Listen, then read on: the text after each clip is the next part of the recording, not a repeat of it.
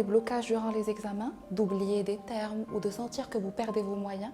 Cette situation impacte beaucoup votre bien-être psychologique et votre rendement scolaire ou universitaire? À vrai dire, j'ai la solution pour vous. Bonjour, c'est Madame Mansef Yasmine, psychologue clinicienne et doctorante en psychologie cognitive. Aujourd'hui, dans cette capsule, nous allons voir une thématique intitulée « Blocage et gestion du stress pendant l'examen ». Blocage, panique ou stress est une situation récurrente qu'on peut rencontrer dans notre parcours d'élève ou d'étudiant. Nous pouvons relever 4 causes du blocage. Le premier point, c'est une mauvaise gestion du stress qui va englober tous les sous-types qui vont venir par la suite. Le deuxième point, c'est une mauvaise organisation durant les examens. Le troisième point, c'est un caractère anxieux. Par exemple, la peur de ne pas réussir, être perfectionniste ou avoir peut-être des distracteurs extérieurs que les études. Et le quatrième et dernier point, c'est un manque de confiance en soi. Alors, c'est quoi le stress? Le stress est une réaction normale qui fait partie de notre quotidien de vie. Donc, c'est normal de stresser. Dans notre corps, on a un système qui s'appelle l'homéostasie, qui vient maintenir l'équilibre quand on stresse. Mais des fois, on n'arrive pas à maintenir cet équilibre-là. Donc, on fait appel à des stratégies d'adaptation. Donc, il y a 3 stratégies d'adaptation. Freeze, fight or flight, qui est rester figé, combattre ou plutôt de fuir. Quand vous êtes dans une situation de stress, vous avez un blocage pendant les examens. Donc vous ressentez des palpitations du cœur, une sueur dans vos mains par exemple, un stress qui augmente. Donc cette situation-là s'explique au niveau du cerveau dans une petite partie qui s'appelle l'amygdale. L'amygdale-là, elle sert dans le contrôle des émotions.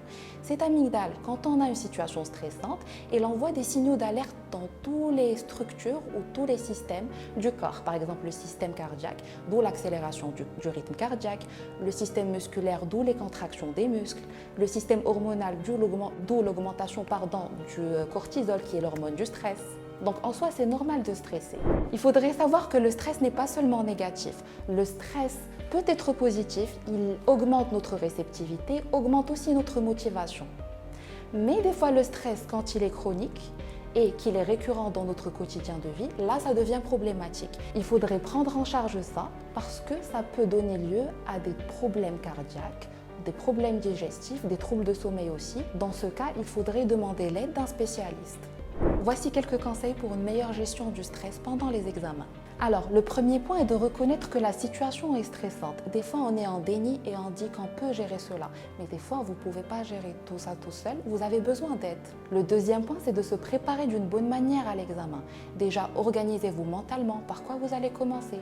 Au niveau de la planification, faites un planning qui va être diversifié entre vos besoins, votre hygiène de vie et vos devoirs qui sont les études.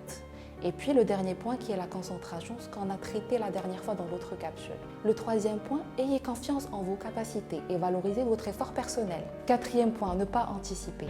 Des fois, on anticipe des scénarios futurs et ces scénarios futurs sèment chez nous le stress.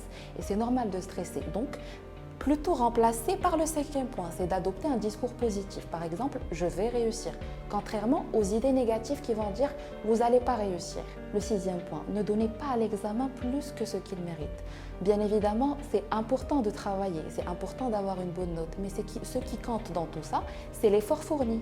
Et surtout, cet effort-là doit être selon votre capacité mentale et physique. Septième point, adopter une bonne qualité d'alimentation et de sommeil. Huitième point, créer un équilibre entre vos loisirs et vos études. Ça vous aidera à déstresser et mieux vous motiver. Neuvième point, surtout faites des exercices de respiration et de relaxation, ça vous aidera beaucoup. Et le dixième et dernier point, surtout n'utilisez pas un excès de stimulants ou de caféine ou de Red Bull par exemple.